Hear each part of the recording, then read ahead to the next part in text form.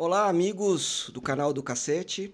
Infelizmente, eu tenho que contar para vocês que estamos sede vacante.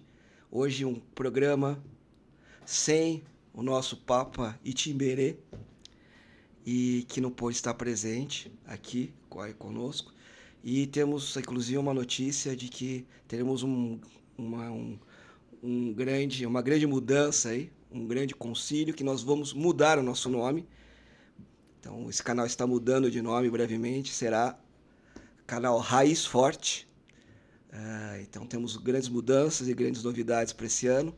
Obrigado aí por estar com a gente. Eu estou com um grande amigo meu que vai falar exatamente sobre isso, sobre o momento que a gente está vivendo. A gente está na primeira semana depois da Páscoa.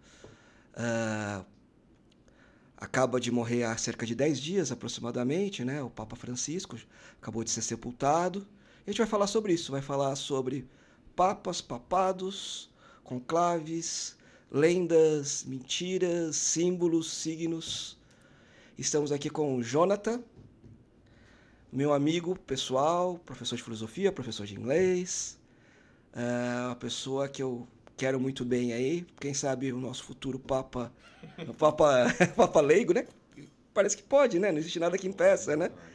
E que a gente vai conversar bastante aí sobre esse momento importante que a gente está vivendo, que agita católicos, cristãos de todo mundo, e por incrível que pareça, a gente nunca vê tanta gente que nem quer saber, detesta a Igreja Católica, falando e torcendo sobre isso sem saber. Então vamos aprofundar um pouquinho, e de uma forma leve, né? Esse assunto. Jonathan, com você. Obrigado, André. Obrigado pelo convite. É um prazer estar aqui.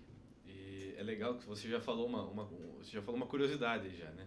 Que qualquer leigo pode ser eleito papa. Não é que pode ter um papa leigo. O papa tem que ser bispo, né? Até que o papa é o bispo de Roma. Só que qualquer leigo pode ser eleito papa. Isso. Que muita gente não sabe. Só que daí ele vai ter que ser ordenado, né? Ordenado, exatamente. Inclusive o Código de Direito Canônico diz o seguinte: quando que um homem se torna papa? Se ele já é bispo, a partir do momento da eleição e da aceitação dele. Se ele ainda não é bispo, a partir do momento que ele é sagrado bispo. E a gente vai explicar isso porque também existem bispos que não são cardeais e cardeais que não são bispos, é isso? Exatamente. Estamos com outro amigo aqui do nosso lado, aqui, por gentileza. O Paulo Prandini, né? Já trabalhei bastante com o Jonathan, né? Isso, a gente se conheceu junto, né? A gente se conheceu junto. Nas palestras em Santa Jonathan. Generosa, Isso. nas palestras do Jonathan. A partir daí nós já desenvolvemos um trabalho juntos, né? Eu sou um curioso e um aluno do Jonathan. Ambos. Né? E estamos aí para contribuir com o pouco que a gente sabe, com o pouco que a gente tem curiosidade. Tá, e aguarde um pouquinho que também a gente vai dar dicas de filmes legais, programas legais, coisas legais para vocês pegarem também de podcasts sobre temas que a gente vai abordar mais superficialmente aí, e a gente vai dar algumas referências legais. E aí, parece que esse símbolo que está na tela aí é sede vacante, é isso? Exatamente. Né? Então esse símbolo que a gente está vendo aqui, ele é o emblema do período de sede vacante. O que ele quer dizer? Né? Ele é uma variação do próprio emblema da Santa Sé. Sim. Que é esse outro símbolo aqui. Tem as duas chaves, né? Quer ver? Vamos da Santa Sé agora, que é o outro. Então, isso aqui é o símbolo da Santa Sé.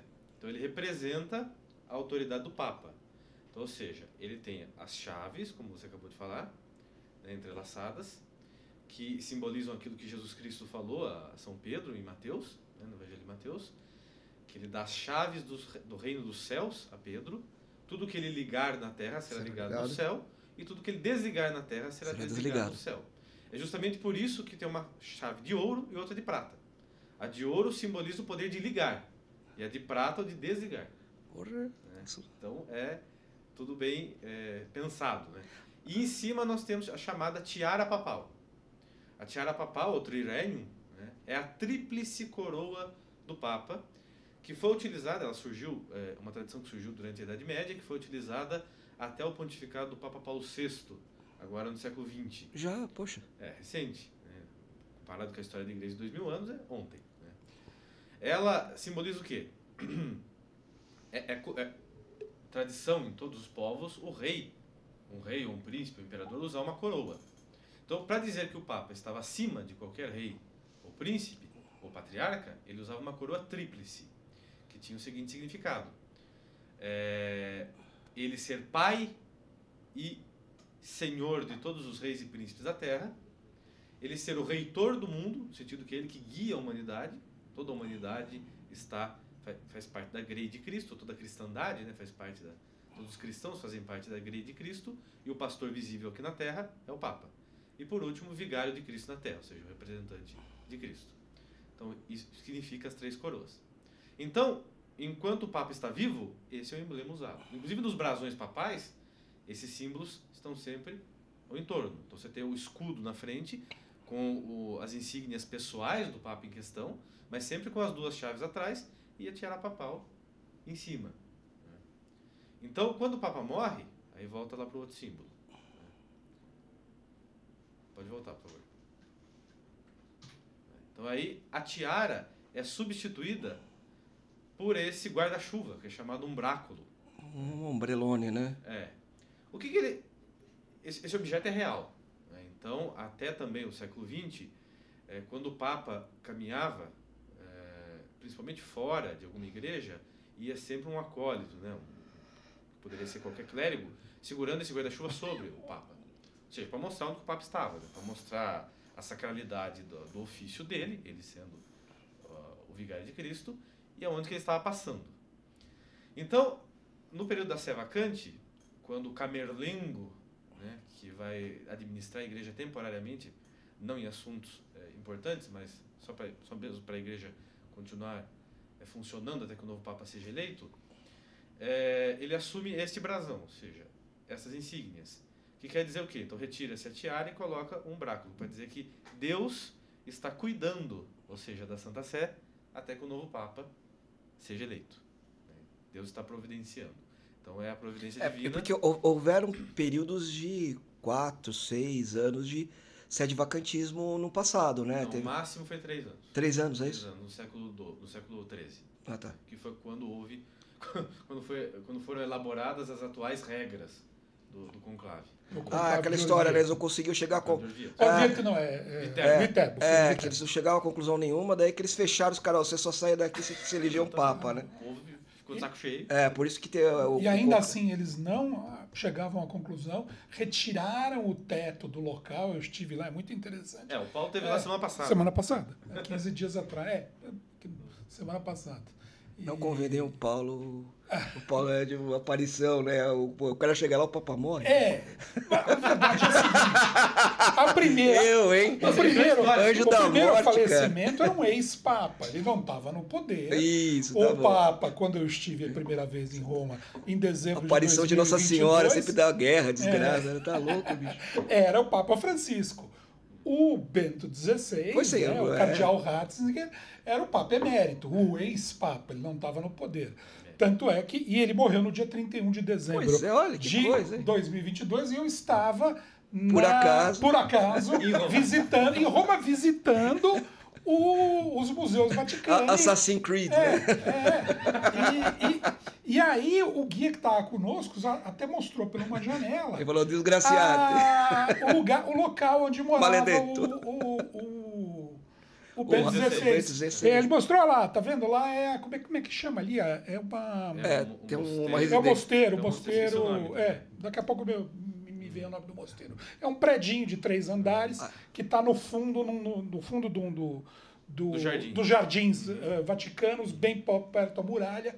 E você vê dali. E aí nós chegamos no final dos museus, você entra na Capela Sistina, e da Capela Sistina, se você está em grupo, você tem direito a descer pela escadaria que vai dar direto na Praça de São Pedro. Quando nós descemos essas escadarias, e ficam 3... É verdade, faz sentido. 3 guardas suíços ao longo dessa escadaria. É uma escadaria... A Capela Sistina está numa cota muito mais alta do que a Praça de São Pedro. Então é uma escadaria longa. Quando nós chegamos no meio da escadaria, porque eles ficam parados, né, a guarda suíça... Que são todos suíços mesmo, né? São todos suíços mesmo. E ele chamou o meu guia, porque eles se conheciam pessoalmente, né, fora dali, e contou, olha, o Papa é morto. Eu ouvi ele falar em italiano, o Papa é morto. E aí o meu, que Papa? Não, o Bento XVI. A próxima visita você vai ser barrado aí, né? É, Galera e aí no Vaticano. Nós entramos É que usa... na É verdade, Basílica tá entrando. nessa vibe, na vibe da morte Eita. do Bento XVI. E eles estavam transformando a missa do final de ano em missa de corpo presente do ex-papa, do Papa Emérito. Então foi uma visita assim meio nervosa. Dessa vez eu estava na estrada, né? Dessa vez a culpa não foi minha. E quando alguém no carro consultou a internet e descobriu que o Papa Francisco tinha morrido. Então, não mato assim Tá bom. papas, não é fato. João Paulo I você não tava. Não, eu estava aqui. Eu tinha 11 anos, eu estava aqui em São Paulo. Não posso segundo, não. Não. É que João Paulo I foi um papado de meses, né? Um mês. Um mês. Um mês, né? 33 dias, acho. Muito curto. Foi estranho Um dos demais. mais curtos da história. E Houve ele, alguns... e ele era jovem, ele não era um cara... Não, 65 anos. Dizem os dados oficiais que ele morreu de embolia pulmonar. Acontece, né? Acontece. Daí tem toda... Daí virou até... Por falar em filme, né? do... Um grande filme, Poderoso Chefão 3. Né? Que é o pior dos 3 filmes, né? Os 2 primeiros são bem mais Olha, legais. os 2 Você primeiros gosta? são mais marcantes, mas eu gosto muito. Você gosta? E assistam de novo Final, o Poderoso Chefão eu assisti 3. recentemente. Ele tá envelhecendo bem, é um filme que tá envelhecendo bem, é um filme interessante. Pior que eu gosto de Também Júlio gostei. Garcia. Realmente eu acho que... Mas eu acho assim, o Poderoso Chefão 3 é que nem churrasco. Até quando é ruim é bom. É. Então, assim, Não, pera lá, né? É que Se assim, comparar com o cinema atual... Pelo amor de Deus, cara. Perto das porcarias que a gente tá vendo. É comparar com o Conclave, né? Vou falar do Conclave aí, né? Por falar em Já merda. entra no Falando em filme. merda. Atenção. O spoiler automático, tá? Pare agora. O filme até que não é tão ruim, mas os caras tinham que botar o Papa trans no final. E contei. Se você assistiu o filme, já estraguei pra você de propósito, porque isso é um negócio que os caras tiraram não sei da onde a ideia. Tem né? muito mimimi também, porque quando eu era criança, assistia Dragon Ball e tinha a luta do Goku com o Freeza e o episódio chamava Freeza morre. Então assim, não tinha essa frescura de spoiler. Era assim. Mas é, como você falou, né? O filme é muito ruim, né? Mas é muito ruim. Porque, assim, lógico, né? A gente até tava comentando Não, aqui nos na verdade o filme é bastidores, muito né? bem produzido. Não é um filme mal produzido. Mal produzido, não. Ele é bem muito produzido. bonito. A minha esposa achou ele chato, achou ele arrastado.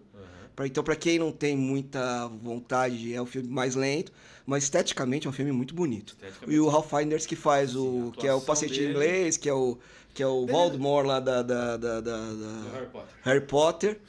Ele é o cara que a atuação dele tá muito boa. Ele é muito bom ator, né? Os outros também atuaram bem, mas... Tem essa coisa da... Não, a atuação... menos a coisa caricata do cara conservador, que ficou bem ridículo, né? O italiano conservador. A atuação dos atores é boa, a fotografia, como você falou, é esteticamente bem feito. Só que assim, a história é uma porcaria, né? Para começo de conversa, a história é uma ressurreição da velha história, do velho mito da papisa Joana. Então assim, não é original essa história. Você fazer uma sátira do papado falando que uma mulher é eleita papa, não é uma história original. Para quem não sabe, durante ali a Baixa Idade Média, durante os séculos 13, 14, houve uma disputa entre o papado e o império. Tá, só pra constar, é o contrário que a gente pensa. Baixa Idade Média é mais pro fim, Alta Idade Média é mais pro começo. É mais pro começo. É que dá essa confusão, né? Baixa Idade Média é do século XI ao século XV. Tem pessoal até que divide em 3, mas daí senão a gente vai embora, vai. Senão a gente não para de fazer ressalvas. Então, durante esse período aí, da segunda metade da Idade Média, ali principalmente nos séculos 13 e 14, a partir do 12 já, houve ali disputas entre o papado e o império. Então havia o Sacro Império Romano Germânico, né? Germânico é o apelido que foi dado depois, né? Na época era apenas Sacro Império Romano o nome. E houve uma disputa de autoridade. Por quê? Porque o imperador queria ele nomear os bispos e o Papa falou, não, quem nomeia sou eu. Né? E então, entre as prerrogativas do imperador e do Papa, houve essas disputas, que ficou até encarnada em 2 partidos da nobreza europeia, os chamados guelfos e os gibelinos. Né? Então, os partidários do imperador inventaram essa história, para tentar difamar o Papa. que lá no século VIII ou IX, não lembro agora, teria vivido um papa que na verdade era mulher. Ou seja, uma mulher que se disfarçou de homem para entrar para o clero, ela era muito inteligente e ela foi subindo e acabou sendo eleita papa. E aí ela ficou descoberta porque no meio de uma procissão ela pariu, né? Ela teria ficado grávida e aí ela começou a parir no meio da procissão. É um negócio bem verossímil, né? Não há registro nenhum histórico de que isso tenha acontecido. Então, os primeiros registros dessa história são do século XIV. Então, ou seja, isso aí claramente é uma propaganda. Eu vi até em Estranha História, um rapaz que faz vídeos muito bons, ele é historiador e é o cara que faz vídeos muito legais sobre história. Ele soltou um vídeo agora há pouco sobre essa história da papisa, e ele fala que tem várias coisas. A crônica é baseada numa crônica. Esse Frei fazia crônicas meio malucas de uma abelha, que o cara escondeu uma hóstia dentro de uma colmeia, e daí as abelhas começaram a entoar cantos.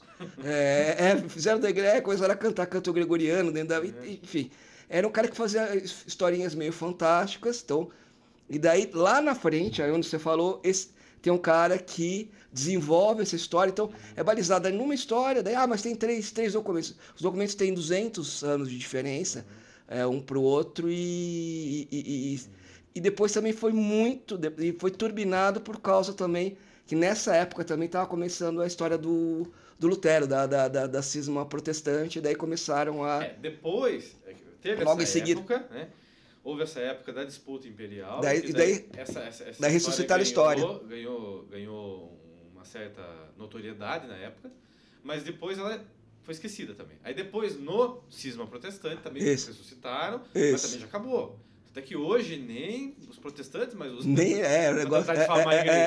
Eles já aceitaram que isso é mentira, né, que nunca ocorreu. Não, e que o cara, no meio do caminho, ela pariu. E daí o pessoal apedrejou ela e enterrou. Não, uns negócios assim, sem pé nem cabeça, assim. Nenhum disso aí.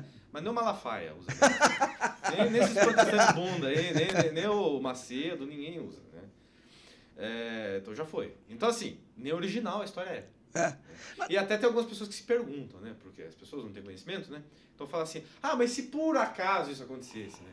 Eu falo, é simples, não é válido. Por quê? A mulher não é matéria para ser papa. Então, assim, não foi válida a ordenação dela como padre, não foi válida a ordenação dela como bispo, e se ela chegasse eleita e for descoberto que é mulher... porque a história é que ela se disfarçou ela foi passando por homem até... Passando por homem, mas nada foi válido. Se chegou no ponto que você descobriu, você sabe que retroativamente nada foi válido. É mais ou menos o que aconteceu com a Erika Hilton atualmente, né?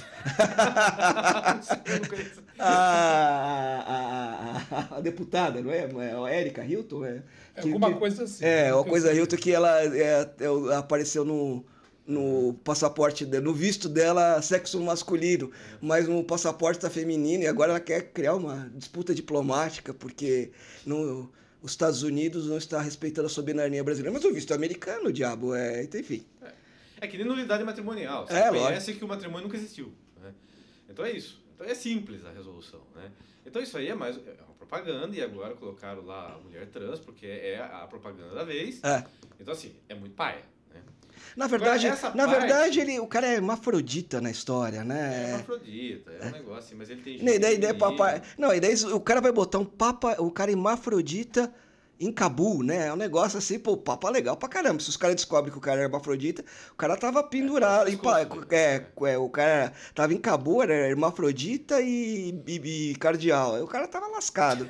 Era o cardeal secreto, né, cara? Porra. Não, sem pé nem cabeça. Mas essa parte de tão esdrúxula que ela chega a ser quase irrelevante, porque, como eu falei, em 5 segundos você já conta a origem do mito, você refuta a ideia e por onde explica o que aconteceria. Eu acho que a parte mais perigosa do filme é toda aquela... Porque, como eu falei, o filme ele não chega a ser representar uma obra literária. Ele é mais uma propaganda mesmo, uma caricatura, né? É tipo lá o romance Gabriela. É bem menos... O Gabriela é mais bem feito, né? Ele é bem menos bem feito, mas que nem o Gabriela, do Jorge Amado, que é todo mundo que é conservador e católico não presta. Mas é todo livro... Toda mulher é vítima. Todo livro do Jorge Amado tem que ter uma padre, uma puta, o padre não presta, a puta que é heroína. Isso aí. Então é sempre assim. Então isso aí é propaganda, isso aí não é literatura que parte da experiência real, né? E o filme é isso também. Mas a parte mais perigosa da propaganda Eu acho que é, em primeiro lugar, retratar todo o cardeal conservador como uma pessoa que não presta, que é hipócrita, e os progressistas como o pessoal do lado do bem. Apesar que os progressistas aí, os caras têm. Eles fingem Tem que não problema, querem o né? poder, mas querem assim. Até mas que tá isso bem. aí- Até tá bem caracterizado nesse sentido, mas eles estão querendo realmente, eles estão do lado do Tô bem. querendo dizer que eles mostram isso porque eles dizem assim, não, mas todo mundo é humano, né? Isso, É isso. humano. Tudo é falho, né? Todo mundo é falho. É o Mas na relativismo. falha deles eles são bons. Isso, é o relativismo, É o né? relativismo. E o relativismo chega no auge naquele discurso que é aquela homilia que o cardeal, que é o Phillips Da faz. palma lá, É, né? que todo mundo bate palma, aquela coisa ridícula que ele fala que a certeza não existe. Que E a daí o cara certeza é senta e contra depois Deus. daí ele não acaba, aí o pessoal levanta de novo. Cara. Tem vários. É uma coisa absurda. Ele é É. totalmente contra a doutrina cristã. Pelo contrário, Jesus falou, eu sou o caminho, a verdade e a vida, quem não tem certeza disso não é católico. Acabou. Ponto final. Eu poderia entrar aqui na seara filosófica de falar com ela. Sem falar que o relativismo, né? Ele é autocontraditório, porque se a pessoa diz que a verdade é relativa, Teve um papo, acho isso que seria absoluto. Pio Isso IX, seria uma verdade absoluta. que falou: se você fosse salvar um versículo da Bíblia, seria eu sou o caminho, a verdade e a vida. Acabou. Né? Então, assim, isso aí é ridículo e é visto como o cara sensato. Né? Enfim, a gente poderia ficar o tempo todo aqui falando sobre isso, mas assim, não vale a pena. Vocês querem assistir o filme O Conclave? Vocês têm estômago pra isso? Assistam, mas que é uma porcaria. Mas tem um conclave bom que você me falou, né? Tem um 2007, bom, né? Eu tô de aqui 2007, com ele. tem Conclave o mesmo nome. O Conclave Se chama 2007. O Conclave, se vocês botam lá, 2007. Esse, ao contrário, é um filme muito bom, que mostra o quê? Mostra uma história real. Ou seja, ele mostra o conclave de 1458. Para quem não sabe, 1458 é 5 anos depois da queda de Constantinopla, que foi em 1453. O que ocorreu ali? Morreu o Papa Calixto III. Para quem não sabe, o Papa Calixto III é chamado, o nome do batismo dele é Afonso Borgia. Ele é o primeiro Papa Borgia. Né? E ele nomeou o sobrinho dele cardeal, Rodrigo Borgia, que em 1492 viria a se tornar o Papa Alexandre VI. Né? Então, controverso. E esse foi o primeiro conclave de Rodrigo Borgia. Ele tinha 27 anos na época. E o filme é baseado no diário dele. Então é bem verossímil. Então, o filme é muito interessante porque mostra a realidade do que aconteceu mesmo. Então você está falando da realidade histórica, não é mais só fantasia. Claro que tem elementos de licença poética, óbvio. Mas é muito baseado na história mesmo. E por ser muito baseado na história e retratar o que aconteceu, de verdade, ele mostra uma coisa muito interessante. Que ele mostra como que a providência divina age mesmo em meio aos interesses humanos e à corrupção humana dos cardeais. É muito legal assistir esse filme. Eu, inclusive, numa conversa com a Bruna Torlai, no canal dela, né, ou no canal da revista Esmeril, não lembro agora, vocês encontram aí na internet. Se vocês botarem Jonathan Godoy, Bruna Torlai ou Conclave, vai ter lá a nossa conversa, que é a análise desse filme. Ah, que legal. Que é bem legal. Né? Então vocês podem procurar aí no YouTube. Mas é um filme bom, daí mostra também o Conclave, né? A dinâmica do Conclave. São atores muito bons. É o Paulo. Eu comprei o DVD, gostei tanto que eu arranjei o DVD, tem o DVD lá físico na coleção para assistir e reassistir quando eu quero. Porque não é muito fácil de achar nos streamings aí da vida. Né? E é muito interessante essa coisa da providência divina atuando no meio da confusão, no meio da podridão dos interesses humanos, que eu acho que é uma coisa que muito provavelmente se refletirá no atual conclave. Eu poderia apostar que eles vão ter que achar alguém que seja palatável para todos os grupos e que atenda a alguns requisitos. Não seja muito jovem, né? Porque todos eles a maioria deles vai querer participar pelo menos de um segundo conclave. Né? Existem muitos cardeais jovens de idade, recém-nomeados aí pelo Papa Francisco. Mas será que o jovem vai querer? Porque você sabe, né? Nenhum Papa superou os 40 anos de Pedro, né? O primeiro. Sim, mas quando você elege, quase uma maldição. Quando você elege um cara de 76, 78, a probabilidade que ele morra em 10, 12 anos é sempre maior, né? Então, né, se elege um cara se de... for o que se elege um cara de 58, ele no mínimo vai né, é esperado que ele seja Papa por 20 É. anos, né? Que o papado dele dure 20 anos. Agora teve. E aí, 20 anos, se você tá com 70, você não vai participar do próximo conclave. Se você tá É que é uma com regra nova, né? 65, Antes não tinha. Era uma regra nova, essa coisa do octogenário não poder ser papa, né? Paulo VI. É Paulo VI. Paulo VI. É uma regra porque... Tava morrendo padre, mulher tava tendo muito, Não, é porque muitos padres. tava tendo cardeais já com demência. Então, por exemplo, foi relatado que no conclave de 1963, que o Paulo VI foi eleito, tinha cardeal chegando lá falando assim, quem morreu? Pio XII? Então, assim, não tava nem sabendo que Papa morreu. Então ele falou, não, pelo amor de Deus, né? 80 anos para baixo, né? Porque senão o pessoal já também tá perdendo o juízo. Não, e uma coisa que mostra no filme é que aquele conclave de 1458 é entre cardeais que se conhecem. Sim. Cardeais que convivem e têm uma intimidade. É completamente diferente agora. Vão chegar 110 ou 120 cardeais. 35. São 135, mas imagina, tem alguns da Europa que participam da cúria, que se conhecem. Mas desses 135, 100, 110 nunca se viram. Né? Vão estar se conhecendo esta semana agora. Legal. Né? Então, vai haver uma desconfiança mútua, né? E vai ter que se achar. Né? E a gente sabe que existem os grupos e os partidos. Né? Eu estava tentando lembrar como é que é o nome do grupo, que é o grupo de esquerda. Que até dizem que na eleição de Bento XVI... É o Sinistra. Tem lá a destra e lá a sinistra. Não. É que Sinistra é italiano. É o grupo de Sangalo. Isso, Grupo Máfia de Sangalli. Máfia de Sangalli, é o grupo de Sangalo. A cidade da Suíça. E que no Bento XVI a história que contam é essa, é que eles ficaram até o último momento lá com seus 25, 30 votos e houve uma negociação para esses 20, 30 votos irem para o Bento XVI e darem a maioria de 2/3. Deixa eu voltar um pouquinho para a história de Constantinopla. Constantinopla tinha um... Só uma última informação sobre o filme Conclave. Ah, tá. Quem é um dos protagonistas do filme é o James Faulkner, que é um ator britânico muito bom. Ele faz o cardeal Guillaume de Stuteville. Ele, inclusive, simula o sotaque francês. Ah, que legal. Ele é tipo a Meryl Streep, sabe? Sei. E ele é pouco conhecido, não sei porquê. Ele é um ator muito bom. Tem mais um motivo para assistir o filme. Tem o filme de 68, inclusive 68 é um ano icônico para o mundo, né? As Sandálias do Pescador, que enfim, ele conta a história lá da questão, tá tendo uma grande fome na China, tem a questão de que a igreja é rica e pode acabar com a fome com os seus... É um filme bem datado, com a papinho furado, mas o Anthony Quinn trabalha, enfim, é outro filme também que tá, como filme, é um belo filme. Que ele é de 68, esse daí ficou bem famoso aí. Mas o pessoal estava até meio esquecido. Deixa eu falar um negócio seguinte, você falou de Constantinopla. Teve várias brigas e excomunhões entre papas e patriarcas de Constantinopla, não teve? Aconteceu o seguinte, se a gente for cavar aí as razões, né?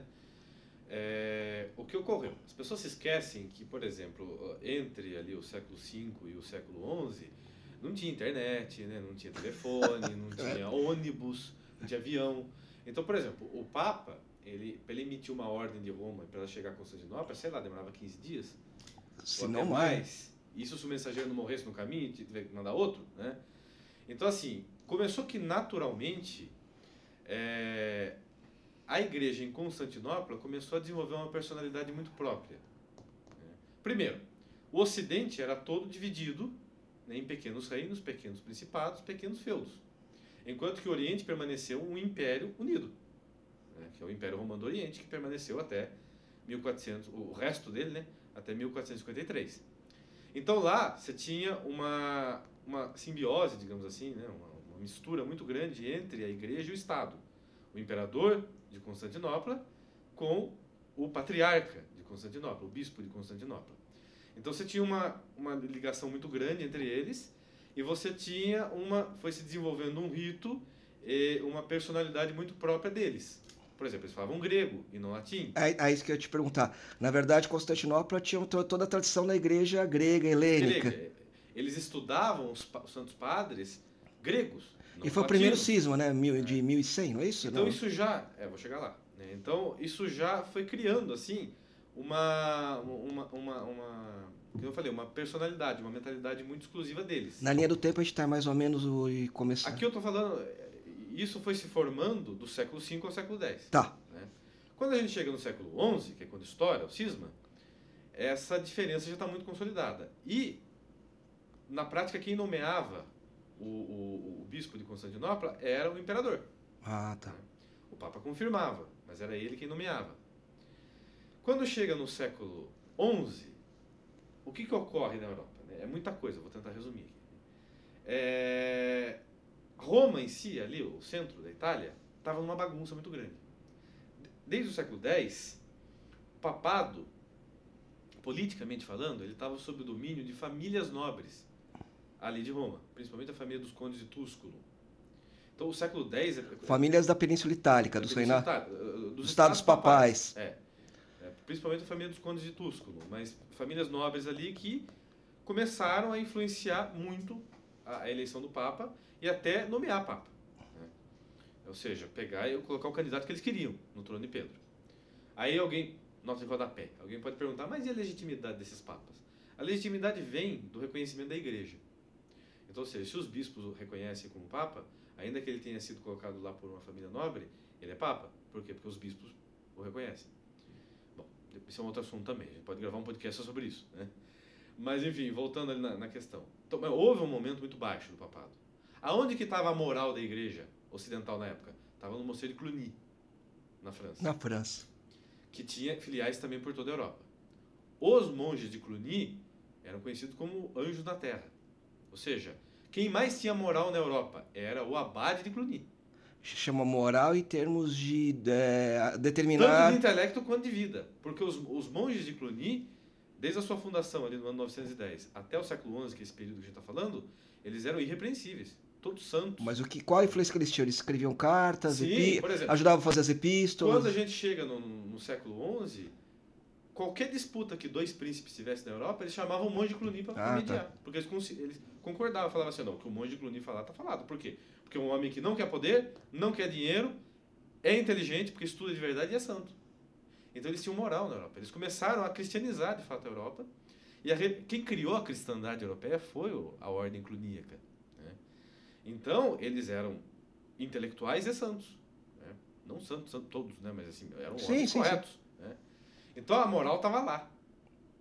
Então, o que aconteceu quando chegou ali, na metade do século XI? Estava essa bagunça lá em Roma, o imperador resolveu intervir. Ele falou, não, vou acabar com essa putaria. Ele pegou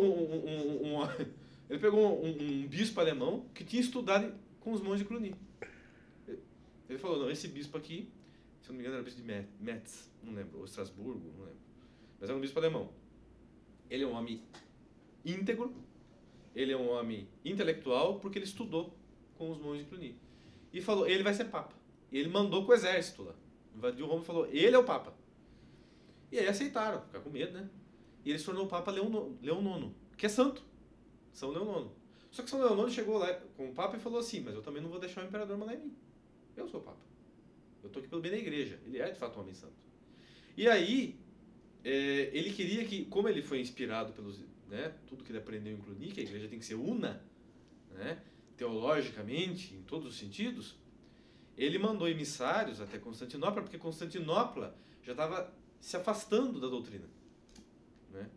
E aí, quando ele manda os emissários, tem essa briga com o patriarca Miguel Cerulário. E aí o patriarca Miguel Cerulário excomunga o Papa São Paulo. É um excomunga o outro, né? E aí o emissário, em nome do Papa, excomunga o patriarca. E aí divide a igreja. É o grande... Isso no ano 1054. Então, diz que a história dessa... Parece que essa história dessa pós-comunhão, daí entrou um outro Papa que apaziguou logo em seguida, não foi ou não? Teve depois... Reconheceram, os enviados de Constantinopla depois, por um breve período, se eu não me engano foi no século seguinte, reconheceram o erro do Miguel Cerulário, reunificaram brevemente, mas depois separaram de novo. Mas é interessante você me perguntar isso, porque justamente nessa época é que há mudança na eleição papal.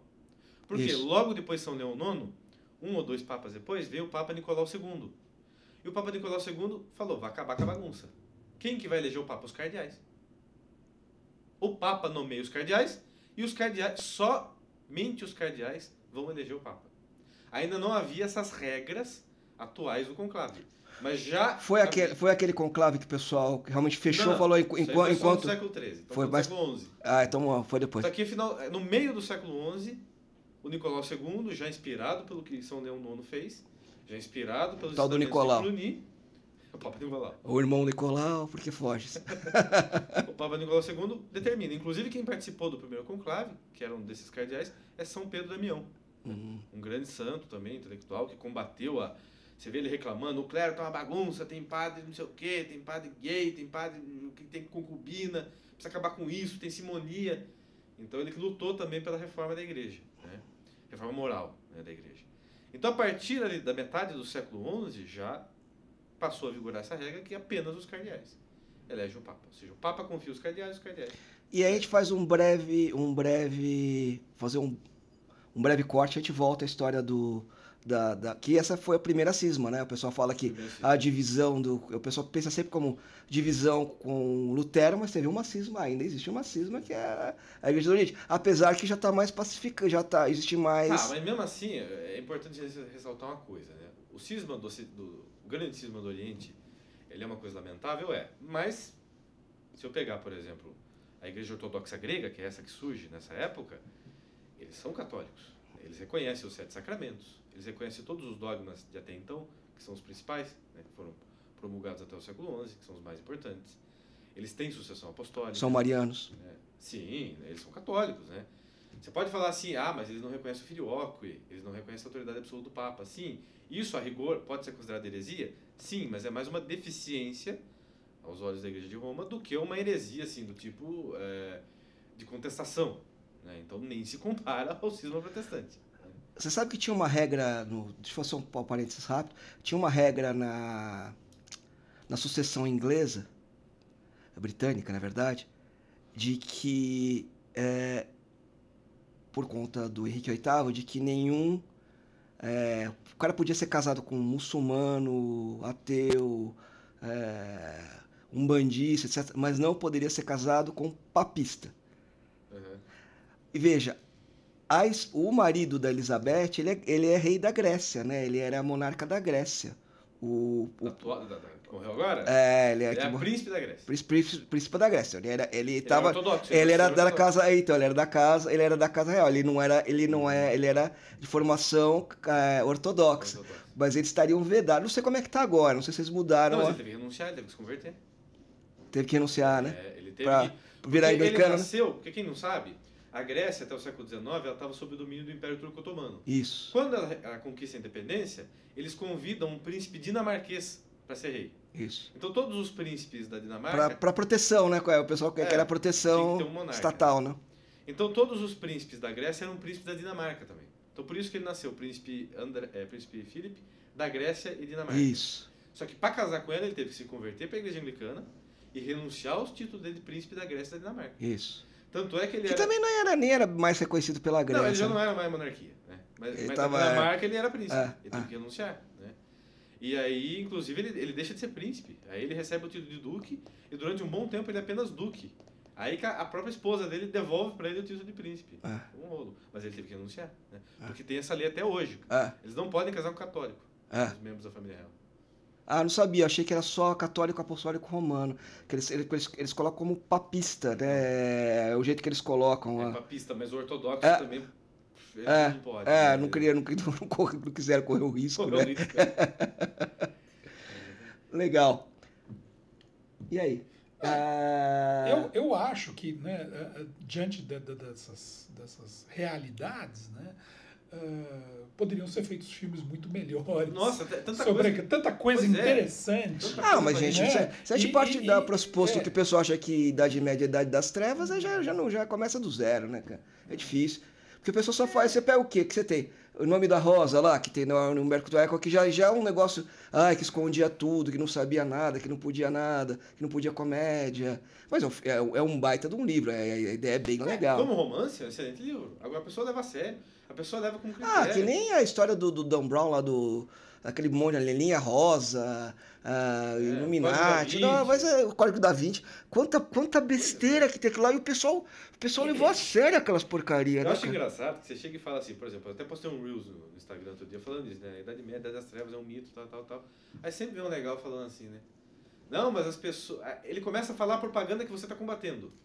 Aí ele começa a falar, não, mas as pessoas morriam de fome, mas não tinha higiene, mas a igreja matava todo mundo. Eu falei, meu filho, você tá vindo com essa conversa de ensino médio para mim? Como se eu não conhecesse isso.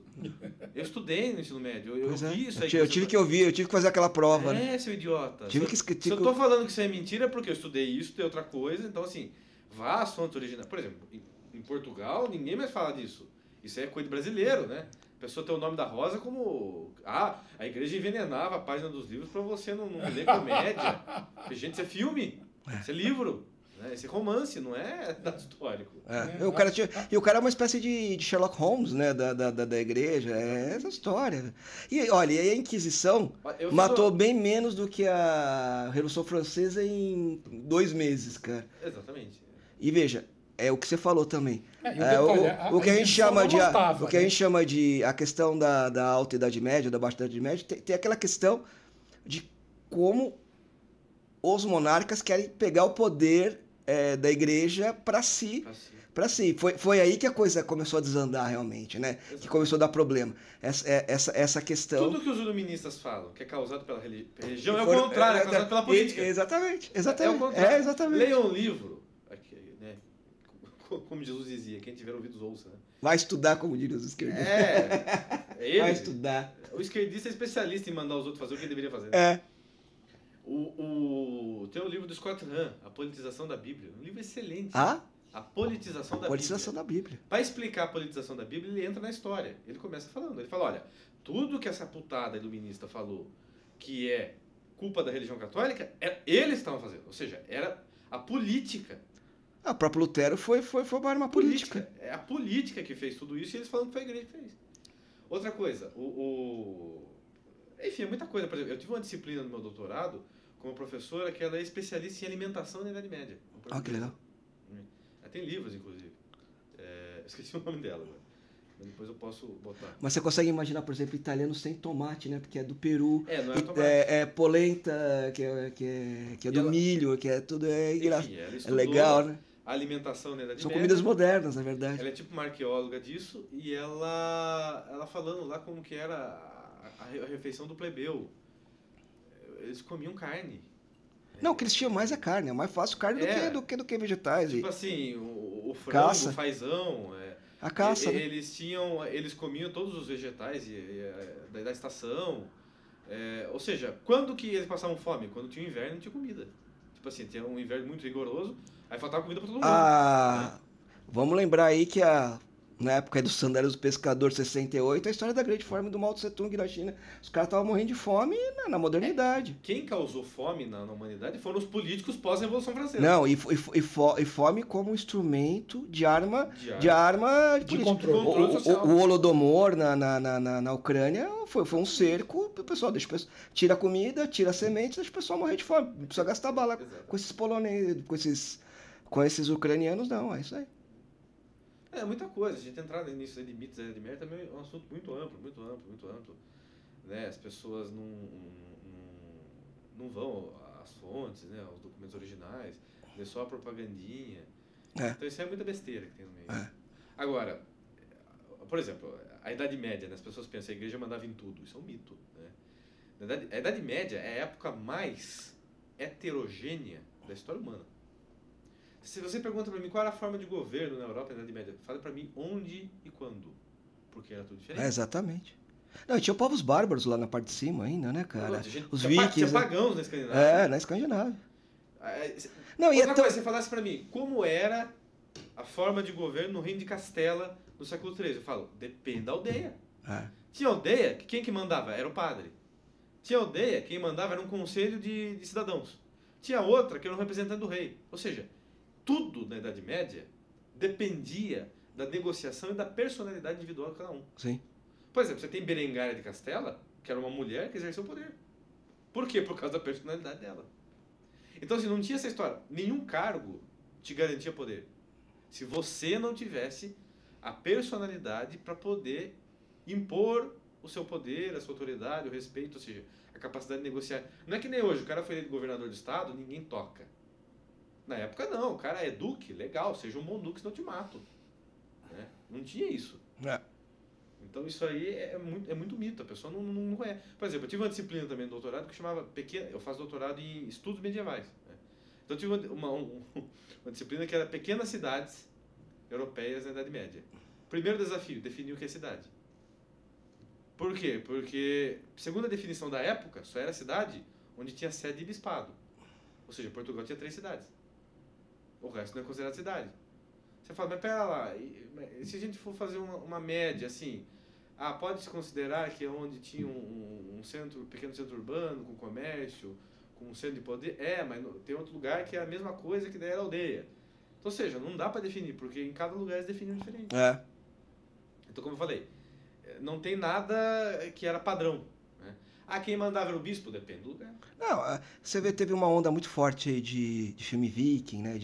De glamourização, até o Braga lá, né? Que faz os vídeos falando que mesmo as roupas é errado, enfim.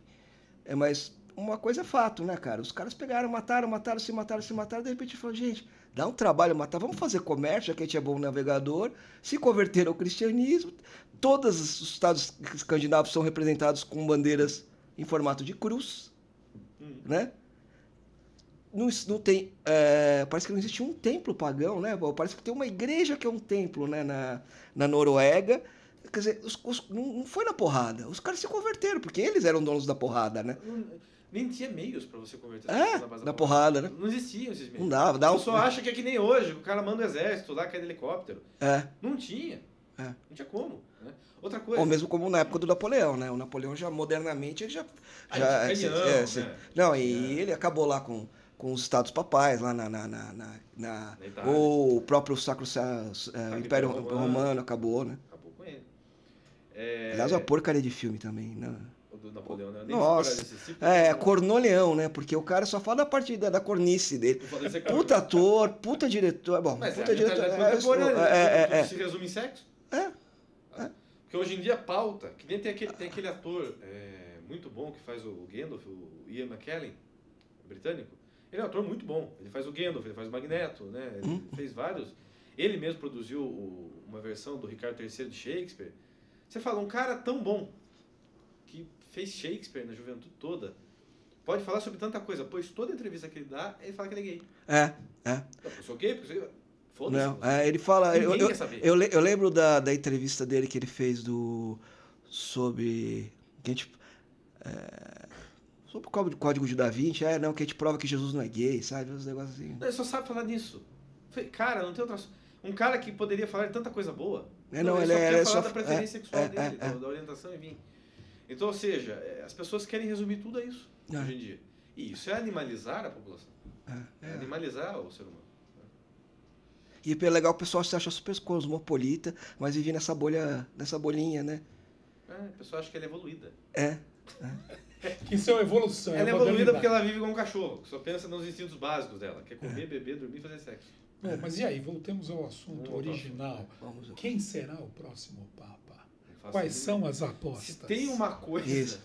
Pior que está sendo um caso de aposta mesmo. Tá, já tem. Sim. Agora, se tem uma coisa que os conclaves são, imprevisíveis. Né? Pode sair lá o cara pode sair o Pietro Parolin, pode ser o Cardeal Sará, como pode ser o cardeal japonês, que ninguém sabe, que agora tem 2 cardeais japoneses, né? Que ninguém sabe nem o nome direito e aparece lá na sacada da Basílica de São Pedro. Por quê? Porque é até como, por exemplo, João Paulo II, quando foi eleito. Quem eram os 2 nomes do conclave, tanto o primeiro quanto o segundo conclave de 78? Benelli e Siri. O cardeal Benelli e o cardeal Siri. Só que aconteceu, não chegavam num acordo. Então tem que colocar outro. Faz um tempão que não tem italiano, né? É desde João Paulo I. É que... É interessante, né? Porque o último Papa não italiano havia sido o Papa Adriano VI, no início do século XVI. E aí até... Só italiano de 16 até João Paulo I. Aí depois rompeu com isso com o João Paulo II. Né? Então João Paulo II totalmente improvável. Ninguém sabia o nome. Então, os italianos não sabiam o nome. Karol Wojtyła. Quem que é Karol Wojtyła? Serviço Cracóvia? Legal, mas... Então o conclave ele pode ser totalmente inesperado. Pode sair lá o cardeal da Guatemala. Você acha que o João Paulo II foi um... Porque assim, o pessoal fala a questão de política, né? Ele teve uma influência geopolítica, né? Foi um papa que teve uma influência geopolítica, não? Sim, ele foi uma peça-chave para vencer. Mas isso não é uma faca de dois gumes para a igreja? Para vencer o comunismo na Polônia. Né? Eu acho que isso tem a ver com a realidade do Papa, né? Do que viveu. Né? A gente tem que imaginar que ele fazia o seminário clandestinamente. Anacronismo. Né? Então ele viveu essa realidade, essa perseguição muito forte. Nesse aspecto seria legal puxar um africano, né? Porque realmente tá coisa da África. Tem o cardeal Erdo, da Hungria, que viveu isso também. Sim. Na Hungria, né? A perseguição comunista na Hungria. Então, seria um segundo João Paulo II, cardeal Erdo. A Hungria, aliás, Budapeste tem igrejas belíssimas lá. Santo Estevão, muito forte, né? Estevão na Hungria, rei da Hungria, santo. Ele tem uma igreja bonita, Santo Estevão na Hungria e em Viena também. Eu acho que é o mesmo Santo Estevão, né? Sim, o mesmo. Era rei ele? Foi o rei? Rei da Hungria. Rei da Hungria, né? E aí eu acho que não dá, né? As pessoas que querem colocar o Papa sempre dentro de uma perspectiva política, né? Hoje também tem essa coisa, a politização de tudo na sociedade e na vida, e não dá, né? Para ser dessa forma. Se a gente pensar nos candidatos africanos, você vai descobrir que a maioria deles é muito conservadora em relação à moral, em relação às questões litúrgicas e etc. Mas se entrar nas questões sociais, eles vivem uma realidade muito difícil, de extrema pobreza, de extrema necessidade. Em relação às questões sociais e pastorais, eles vão se aproximar muito mais do clero progressista e até das posições do Papa Francisco nesse sentido, né? E é aquela coisa, o próprio Papa Francisco foi muito claro na defesa à vida e contra a ideologia de gênero, né? Então, quer dizer, que Papa esquerdista é esse, né? Hoje, na área da política, se a gente for pensar em política de esquerda, são duas questões que a esquerda não abre mão, né? O aborto e agora, aliás, principalmente, a teologia de gênero. Né? Eu tive lava-pés aqui na Santo Inácio, em São Paulo, e o padre era um cara que era missionário na África, né? E ele falou, o cara fala, matam-se gente lá, né? A gente tá falando de Moçambique, de Angola, daí acho que ele fez algumas cidades vizinhas lá, acho que também lá tem Burkina Faso, tem umas coisas meio complicadas lá.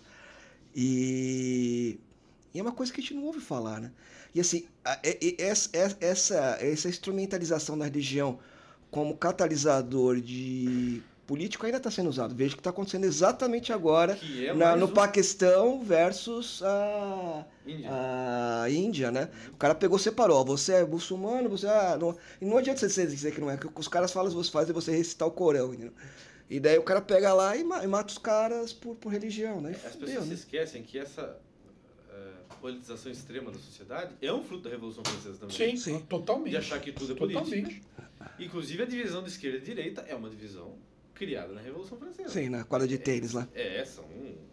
São caixinhas... Eram todos revolucionários. Eram todos revolucionários. De direita, todos queriam a cabeça do rei. Exatamente. Então, até quando perguntaram, o grande, saudoso cardeal Dom Eugênio Salles, aqui do Brasil, perguntaram para ele, o senhor é de direita ou de esquerda? Ele falou, sou do alto. Boa. Calou a boca do cara. Ele respondeu que nem Jesus. Né?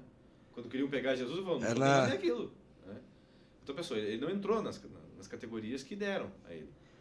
Então, eu acho que tá vendo. A circunstância, né? Tem uma coisa que eu lembrei que eu queria falar. As circunstâncias, elas falam muito do tipo de papa que a gente espera, né? Porque, por exemplo, no conclave de 1914, tinha acabado de começar a Primeira Guerra Mundial. Quem que foi eleito? O cardeal Giacomo della Chiesa foi eleito Bento XV. Giacomo della Chiesa havia sido nomeado cardeal há 3 meses por São Pio X. Então, assim, é um negócio muito surpreendente. Mas por que ele foi eleito papa? Porque ele havia tido uma carreira inteira como diplomata. Então, assim, no momento de guerra, os cardeais entenderam assim, é importante que o Papa seja um bom diplomata. Então, ele foi escolhido por isso. Né? Então, assim, foi a melhor decisão do mundo? Não sei. Mas as circunstâncias falaram muito. Né? Então, sempre as circunstâncias falam muito na eleição do Papa. Né? Em toda a história a gente vê isso. E a gente tem que pensar nas circunstâncias desses eleitores. Né? Você não pode ser anacrônico, né? Então você vai ter gente... Você vai ter gente da África, você vai ter gente da Ásia. São duas realidades diferentes. Você vai ter os americanos, tanto do norte quanto do sul, outras duas realidades, e os europeus, que ainda são a maioria, né, em número absoluto, com uma outra realidade, com uma terceira ou quarta realidade. Então, realmente, eu acho que... É verdade que o Bento XVI, o Ratzinger, falou que não é o Espírito Santo que elege o Papa? Não, ele não falou isso. Ele disse o seguinte: o Espírito Santo, Deus, ele sempre ilumina, né, os corações dos cardeais para que seja eleito o candidato que ele quer, né, o cardeal que ele quer, o homem que ele quer, para ser Papa. Só que Deus não viola a liberdade, o livre-arbítrio. Então os cardeais podem se fechar à iluminação do Espírito Santo e eleger quem eles querem. Só que Deus deu uma garantia para a igreja, de que mesmo que eles façam isso, o Papa é ratificado, vamos dizer assim, por Deus. Ou seja, o Papa é legitimado por Deus e os seus atos de governo serão legitimados por Deus. Ou seja, a igreja não vai cair por causa disso. Só que a igreja vai sofrer por causa da má como sofreu, né? Daqueles cardeais. Como já sofreu no passado várias vezes. O Papa fala assim, existem evidências históricas, pelas ações de alguns papas, de que não era quem Deus queria. Mas não significa que ele não foi um Papa legítimo. É aquilo que Santo Agostinho já dizia lá atrás. É o ex opere operato. Ou seja, não só para os 7 sacramentos, mas para o próprio governo da igreja, Deus age, o instrumento de Deus não mancha Deus. Então assim, o Papa vai prestar contas a Deus do que ele fez. Agora, o que ele faz na igreja é legitimado por Deus. Então, por exemplo, o bispo que ele nomeia, a diocese que ele cria, tudo isso é legitimado, porque é uma garantia dada por Deus. Agora, se ele está fazendo bom uso disso ou não, se os cardeais fizeram bom uso, e se ele fez bom uso ou não, depois eles vão prestar conta a Deus. Dos papas mais recentes aí você falou da Primeira Guerra Mundial, né? Teve o São Pio X, depois o Bento XV, né? E parece também que tem essa coisa o fato de ser Bento XVI é porque ele se inspira no Papa, diz muito do que, né? Francisco I realmente ele colocou algo diferente. Não necessariamente no Papa anterior, né? Porque a maior razão pela qual o Papa Bento XVI escolheu o nome Bento é por causa de São Bento. São Bento mesmo. Aí é o número 16, né? Porque já houve 15 Papas Bentos. Mas tem casos que é admiração pelo anterior, tem casos que é admiração por algum... Não, Francisco de Assis é um santaço, né? Claro, então... São Francisco é um grande santo na igreja. Agora, por exemplo, o Papa pode escolher, por exemplo, eu não acho que Leão XIII tenha escolhido Leão XIII por exclusivamente admiração a Leão XII. Pode ter sido por São Leão Magno, São Leão I, né? E assim vai, então não significa... Me parece, eu lembro de uma entrevista do Bergoglio e do Papa Francisco, dizendo que eu acho que o Dom Helder Câmara que deu a ideia do Francisco, né? Mas vamos falar aí acho que assim, em vez de falar vamos falar, esse Papa já vai estar muita gente falando, então vamos falar do Pra Trás Mente aí. O que você acha? Que a gente falou um pouquinho do Wojtyla, que é o Papa João Paulo II. Um Papa que entrou meio... o cara da Inquisição foi o Bento XVI, que depois se revelou ser um cara super carismático, super inteligente, com coisas muito bonitas. Foi o cara que deu uma voadora no relativismo, que era considerado como tolerância, né? Ele falou, não, gente, a gente tem que ter alguma convicção. O relativismo gera guerras, não gera tolerância, né? Gera incertezas, gera indecisões. O que você fala Vamos falando algumas coisinhas desses papas? Como é que você quer fazer? Pode ser. Não, o Papa Bento XVI é um grande teólogo.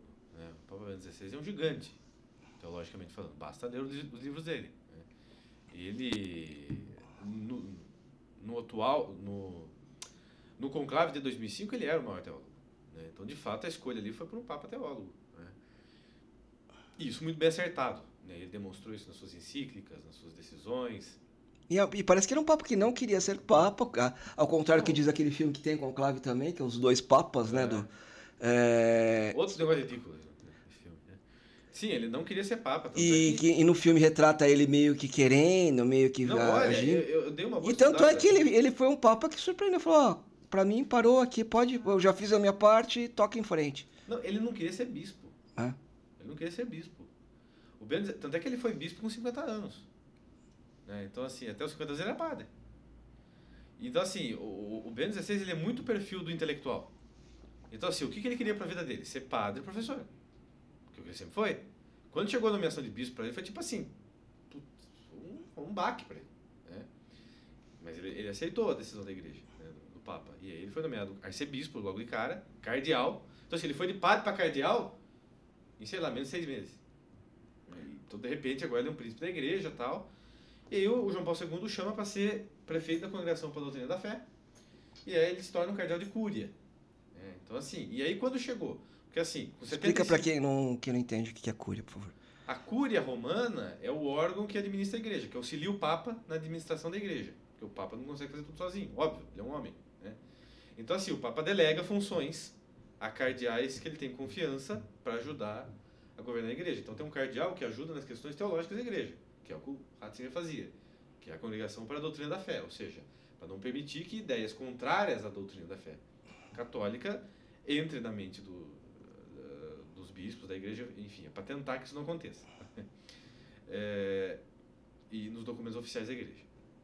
Aí tem um cardeal que auxilia na nomeação dos bispos, tem outro que auxilia na canonização dos santos, tem outro que auxilia na evangelização dos povos, nos projetos missionários, outro que auxilia no governo das ordens religiosas. Então tem cardeais, outro que o Tribunal da Assinatura Apostólica, que é a corregedoria da igreja, ou seja, que julga os casos internos dos crimes dos clérigos. Enfim, tem esses cardeais que auxiliam exercem essas prerrogativas que são próprias do Papa. Então, o cardeal Ratzinger se tornou um cardeal de Cúria para auxiliar naquilo que ele entendia, que ele mais entendia, que era a teologia, né? Ou seja, a doutrina da igreja. E aí, quando ele completou 75 anos, que foi em 2003... Não, em 2000. Não, ele tinha 78 em 2005. Então, foi antes ainda, né? Menos 5. Acho que 98. Enfim. Quando ele completou 75 anos... Eu acho que ele tinha... enfim. Quando ele completou 75 anos, ele apresentou a renúncia dele. Porque todo bispo, via de regra, com 75 anos, ele apresenta a renúncia para o Papa. Então, ele achou que o Papa iria aceitar a renúncia dele e ele ia voltar para a Bavária, que é a terra mamãe dele, para ele ficar lá, dando aula, escrevendo livro, quietinho, no canto dele. Né? E o Papa falou, não, fica mais um pouco.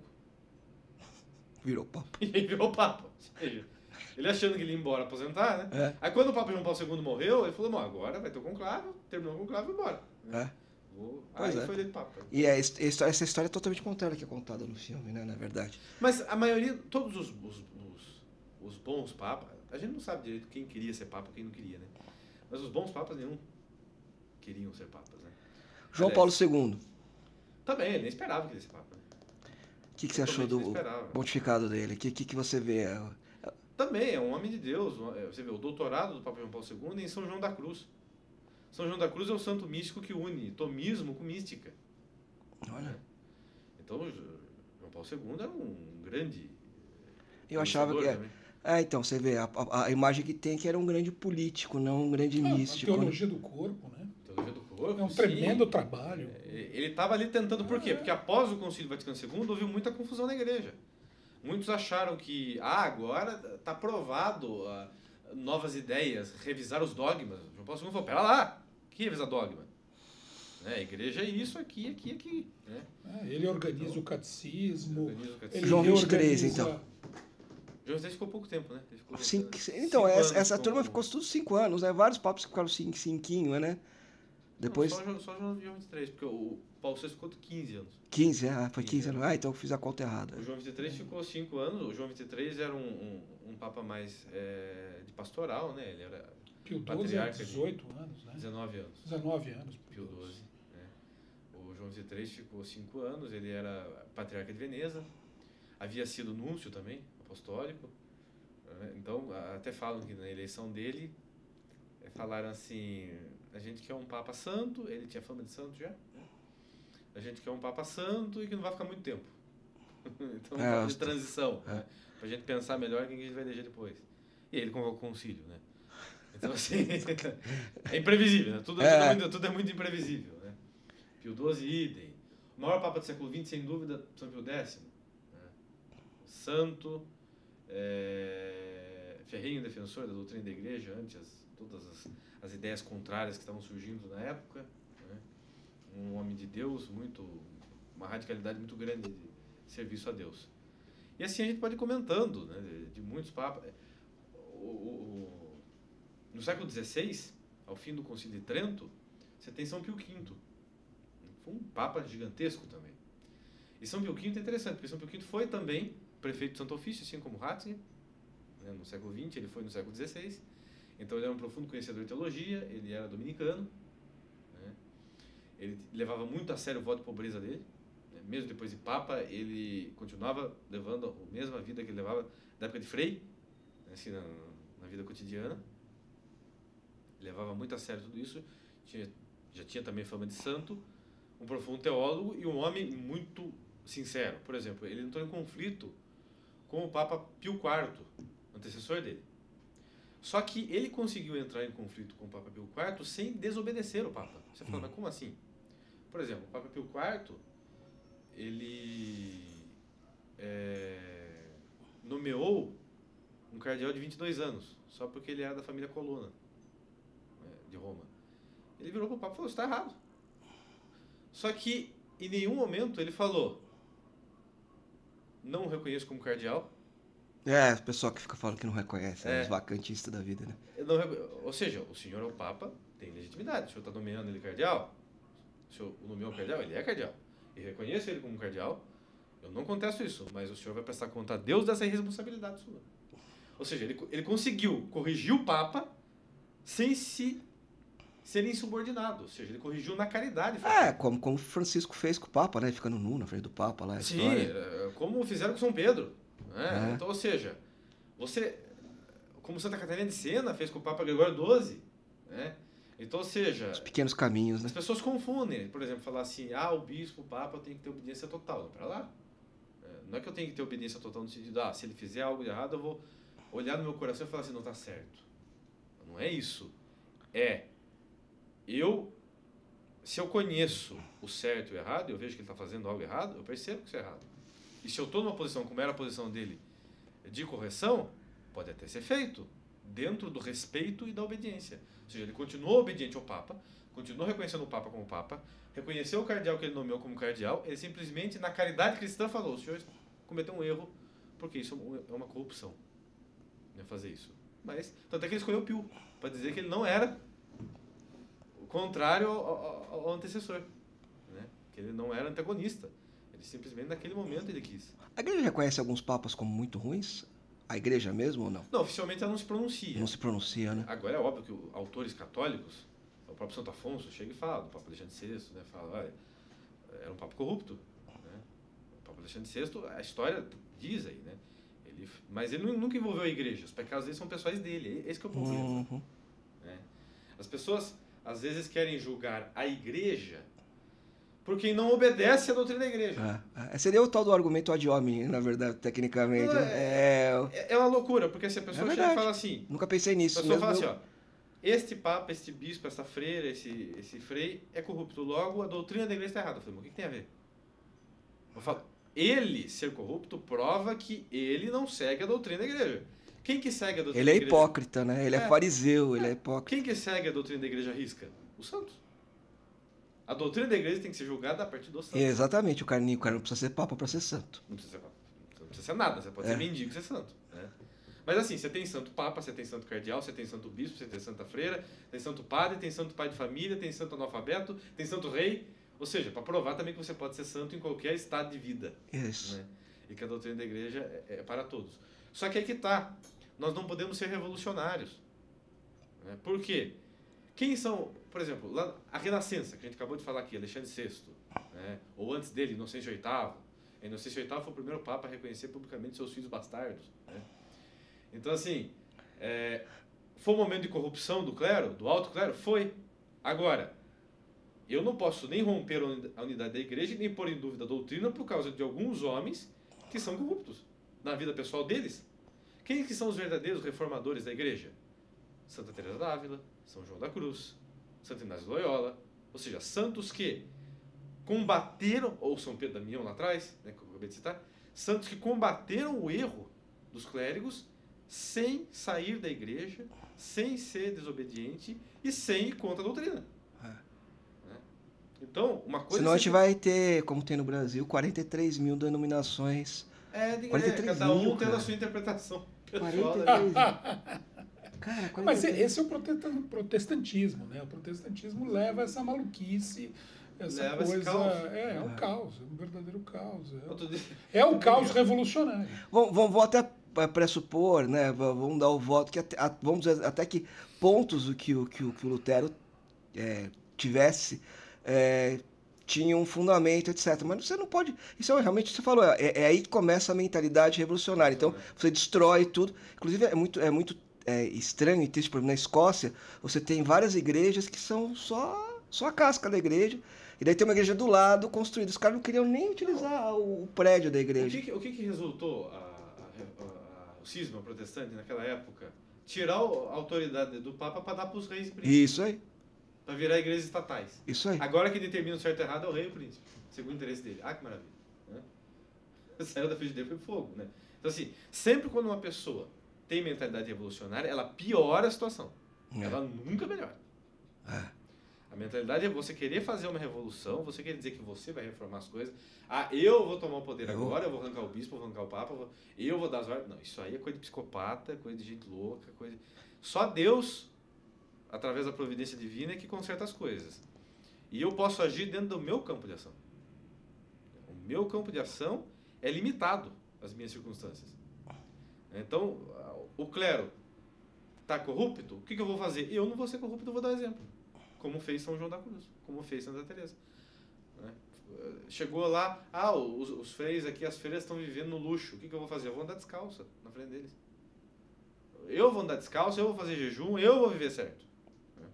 São Bento, lá atrás, São Bento de Núrcia, estava tudo tão corrompido que ele falou assim, eu vou embora para o mato, eu vou abrir um mosteiro lá e eu vou viver lá, porque não está dando para viver aqui. E aí, de lá veio a resposta para a sociedade, porque as pessoas olharam assim, está tudo um caos, é lá que está normal. Francisco de Assis, né? Francisco de Assis, Cluny, que eu acabei de falar.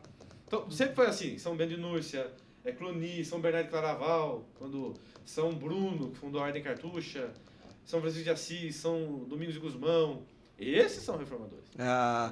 Eu vi um filme recente, é bem bacana, Madre Cabrini, né? E daí, Madre Cabrini. ela queria ir na China, daí o Papa falou assim, eu tô com um problema muito maior de italianos morrendo de fome em Nova York. Vai lá, e daí ela pegou e com toda a dificuldade... Essa entrega a Deus também, né? Por exemplo, eu sempre lembro da história do Santa Teresinha, né? São Felipe Neri, né? São Felipe Neri, o sonho dele era ser missionário na Índia. Ele queria ser jesuíta missionário na Índia. Ele foi falar com o Santo Inácio de Loyola, que era vivo na época. O Santo Inácio falou, não, o Papa proibiu mandar mais gente para a Índia, você não vai. Como assim? Não vai. Aí começou a aparecer criança órfã para ele cuidar. Ele fundou um orfanato em Roma, começou a educar aquelas crianças. E falando assim, para o outro amigo dele, padre, falando, olha, você cuida dessas crianças, porque quando surgir a oportunidade eu vou para a Índia, porque é minha vocação. Aí o cara falou, você não percebeu que a tua vocação é cuidar dessas crianças? Exatamente. Aí ele falou, é verdade. É muito louco, né? Porque o cara quer... Não é o que eu quero, é o que Deus quer. O cara se imagina na Índia convertendo os hindus, os chineses, os japoneses e tal. Quando tá no quintal deles a história, né? Você achar que é você que... Você tem a... Essa história da Madre Cabrini é mais ou menos nessa linha. Você acha que é você que tem que decidir o que você quer ser, o que você vai ser. Não, é Deus que decide por meio das circunstâncias. Né? Então, você tem que ter disponibilidade.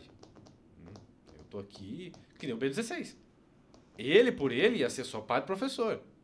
Escritor, professor. A igreja pediu para ele ser bispo, a igreja pediu para ele ser cardeal, a igreja pediu para ele ser prefeito da Congregação da Doutrina da Fé, a igreja pediu para ele ser papa. Ele aceitou. Né? Então, já outros, né, não sei se é verdade, né, mas tem uma anedota que conta que no conclave de 78, que foi eleito o Papa João Paulo I, diz que houve um cardeal lá, que eu não lembro o nome dele, que ele chegou a fazer regime para caber na roupa de papa, para ser eleito. E o João Paulo I, o cardeal Albino Luciani, não fez nem a barba, tanto é que as fotos dele do dia que ele foi eleito, ele tá com a barba por fazer, assim, né? Porque ele, eu não. E ele foi eleito, né? Então, assim, Deus dá essas rasteiras, assim, para quebrar o nosso orgulho, né? O Pio IX também é muito interessante, né? Quer dizer, a igreja está naquele momento, todo mundo queria um papa que dialogasse com a modernidade, que fosse progressista. Escolheram ele porque ele, esse aqui vai ser. E ele, de fato, era, né? E lá nos vestindo primeiros, a roupa, né? Virou a chave. Foi convertido. Graças a Deus alcançou, ele aceitou. E virou a ortodoxia crítico completa. do modernismo. Né? O maior crítico do Então, modernismo. O pessoal acha que esse termo de Infra- modernismo e que é um negócio que aconteceu agora, né? Mas as coisas estão lá. Pelo menos há 300 anos a igreja tem sido infiltrada, cooptada. O Bento XVI, na Via Sacra de 2005, pouco antes de se tornar Papa, quando o Papa João Paulo II estava nos últimos dias de vida, ele fez lá a Via Sacra no Coliseu, em Roma. Tem lá no site do Vaticano a homilia dele, né? As reflexões. Ele fez uma reflexão que foi quase um desabafo.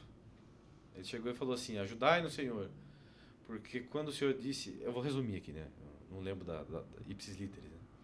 Mas ele falou assim: quando o Senhor disse que o joio e o trigo estão juntos, o Senhor não falou da igreja do mundo, o Senhor falou dentro da igreja. E dentro de nós, inclusive. Lógico. Dentro de nós tem joio e tem trigo, e dentro da igreja tem joio e tem trigo. E tem horas que dá a impressão que o joio é maior que o trigo. Tem mais joio do que trigo. Mas tem que achar o trigo no meio do joio, né? Tipo assim, é joio, cadê o trigo? Não, tá ali um triguinho. E ele falou assim: dai-nos forças para conviver com o joio, para superar o joio, para que o trigo não morra e a nossa fé cresça e a nossa fidelidade se mantenha. Dá-nos a fortaleza. Nós precisamos pedir para Deus o dom da fortaleza. Se é o dom da fortaleza... Da perseverança, né? Ok.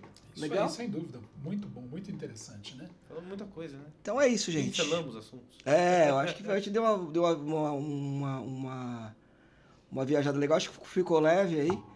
Queria agradecer a todo mundo. Jonathan, passa o seu Instagram, por gentileza. Assim, é @godoy, né, com i, ponto, Jonathan, Jonata.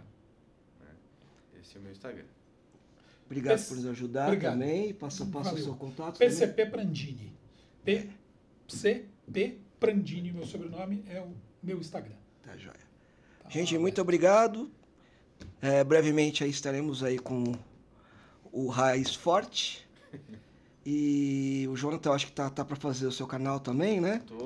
Então já publica, talvez a gente já publica isso como sendo o seu primeiro... Tá. Seu primeiro fica disponível, a gente até duplica aí.